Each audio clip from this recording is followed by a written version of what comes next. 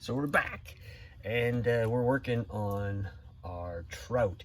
Now, yesterday, which would have been Monday, yes, Monday, I went ahead and burnt all the scales. Like, we're talking thousands of scales. Now, just wood burner, as hot as I can get it. It has a little loop on it, and all I did was I just followed each one. No pattern, no rhythm, no rhyme, whatever. I made my scaling all the way around. Now, if you look at the fish when they're out, whatever, usually have sort of like a white belly here. You don't see this pronounced as much. It's no big deal because it's going to get tinted.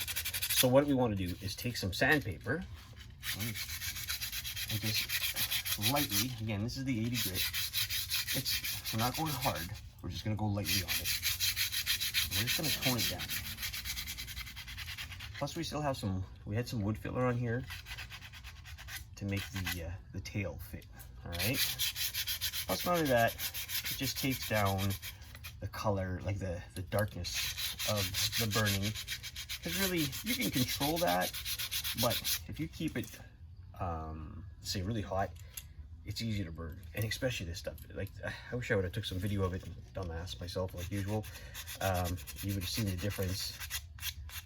Like, yeah, it makes a hell of a difference. Like how fast this wood burns. How fast you can put, indenting. So let's just sand this down. All right, so I'll sand it down and I'll get back here. So when we sanded it down, it took out a lot of the darker burning, which is good because it just toned it down. Doesn't matter, we're gonna be painting it anyway. So, and also with the wood filler. Another thing I want to show you guys is I put an eye hook in there. Now I do this with a lot of my items, obviously when I paint in, say, epoxy.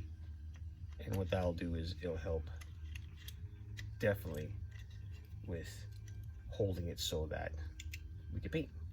So let's set this up. All right, so we got it hanging up in the background here. We just have our white primer. This is pretty cool. We had a couple of these at the cabin. This helps. You don't get your fingers all dirty. All right. So we're just gonna give it a light coat. When I mean light, just enough so that we can see the coloring on it for now. All right. So let's show you what we did here. We kind of did a knot here, which I shouldn't have. So we got our fish. Basically, just for now, primed. We're gonna set it outside so the sun can really cure it out, and then we'll get back to it. All right, on to the fish. Yes. Okay, so what did we do the other day? Oh yeah, we changed the tail over because the tail for some reason didn't stay on, and I didn't like the look of it. I like this one better. So the next thing we did was we carved our fins. Now, carving of the fins took me like 10 minutes to do, and I didn't press record because I'm a dumbass. Anyway, cut wood, just very thin, careful, very slow, get her done. It's gonna go like that. So what I did was I marked off the areas. We're gonna bring it down, and I'm gonna take, this is our saber-tooth bird. Now if you look, the thickness of this is pretty much good. The problem is you don't want to go too deep. So let's go down. Let me bring it down and show you. So what I want to do is take, go from the back end. Take my bird and just lightly make my line. Try to stay straight if you can.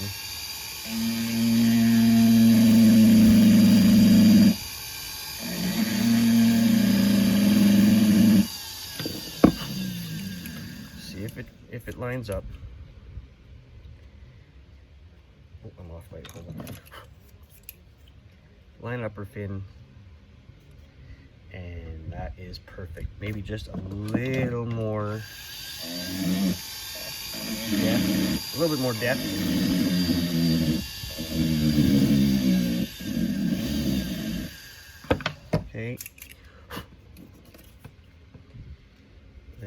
we can set that guy in. There we go.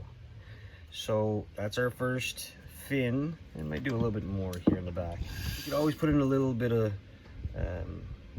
you know, filler, wood glue, more wood glue, whatever, if we don't like the hole. But it looks pretty good right now, I think. And that's our first fin. We'll go ahead, let's do the other ones. This one here is a side fin, dorsal fin, I guess, or technical fin.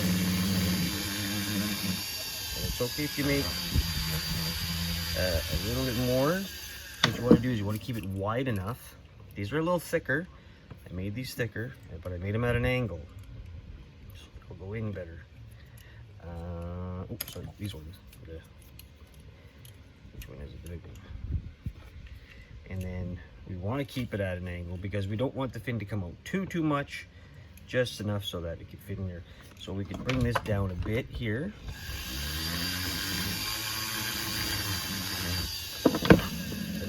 And then that'll fit just like that in the slot. All right, so we'll do the other side too. Perfect. There we go. That's the look we're looking for, guys and girls, and whoever else is watching. And then we got this is the anal fin, and I don't know what these are called. Now I was gonna paint these, airbrush them before I glued them in, but I was watching, you know, some other guy airbrushing, and it makes sense to get all the fins in, and then you could put in the colors after. It makes sense. Don't ask me why, it just does. And then the wood glue. And now we're gonna decide what we're gonna do. Are we gonna do, because we don't want to do the side ones at the same time because they'll probably just fall out. We can't do the top one at the same time because they'll fall out, so there's gonna be a little bit of a process. We can use our clamps to clamp them in, of course. That's one good way. What I'm going to use though is I'm just going to use this guy to hold our little fishy fish together. Just a little, not tight and hard, just a little clamping, just to hold them upright. Just enough so it doesn't fall. There we go. You see, then you got to make sure that this is at least somewhat level. Doesn't matter. I'm not worried about it.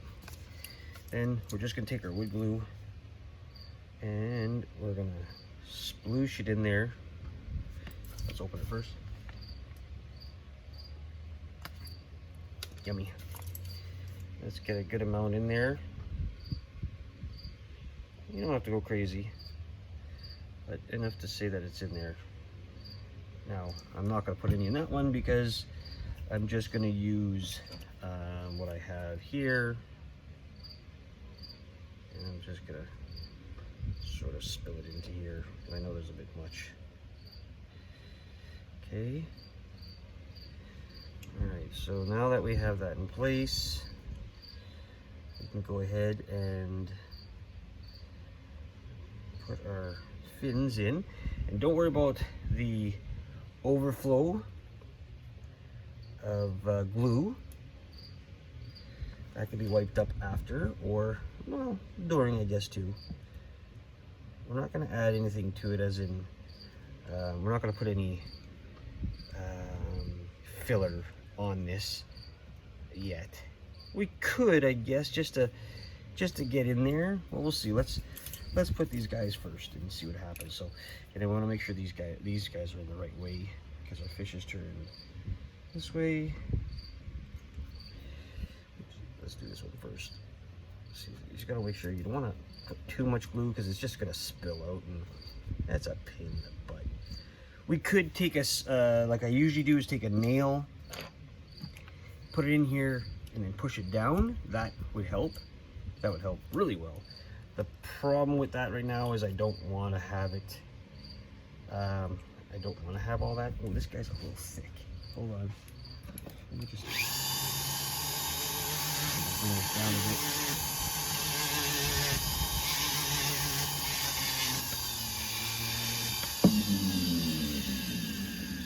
Bring that down just a bit because it was kind of thick in there. And then we're just gonna push this in. And you know what? That's pretty much it for putting our fins in, is just sitting it, letting it. Now we're gonna let it dry. We'll clean up just with a little screwdriver, I guess.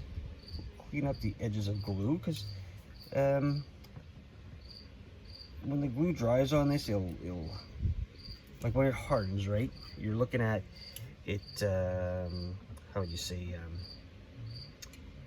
You know, it'll basically screw up with your pattern that you just burnt in there, which is, you know, you don't want to have that. You could also take, you know, if you have a little bit of sawdust, whatever left. I got a lot more in the pail, but I can just take it because I got my fan on too. That's not helping the cause here. It would be a good idea to have some on hand. I don't have any on hand, but we can make some, right? We could always make some more. Oh, wait, I got a whole bunch here. Look at this. Let's do this. A bunch on this table. And it's just to get it in there, so I could fill up those cracks that we kind of missed out on. I don't know what I did here, but did I don't think I made this big enough. I thought I did. Maybe I didn't. I guess, yeah, maybe I didn't. Let's just open this up a bit more, guys.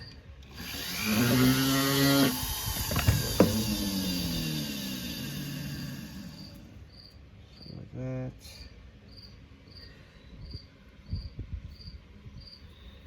You want to make sure that it's in there. Oops. Yeah, and then, you know, it's good to have both sides of these kind of round out so that they fit in properly. And again, I guess it's the angle here that it's not holding it up, like it wants to fall over, so it's doing this.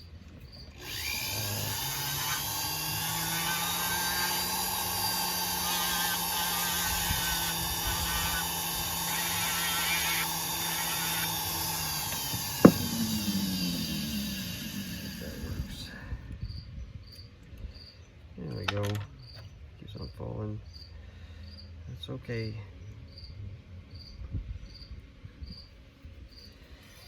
And there we have 3 fins done. When that dries, we will take the other 2 and we'll add these guys on, and then the top one. So we are gonna count this as part 2. Part 3 will be bringing it in and airbrushing it, and then making a stand for it and all that, and cleaning up and getting shit. So thanks for watching this part, and stay tuned for part 2, and choose your own path. Thanks for watching, guys.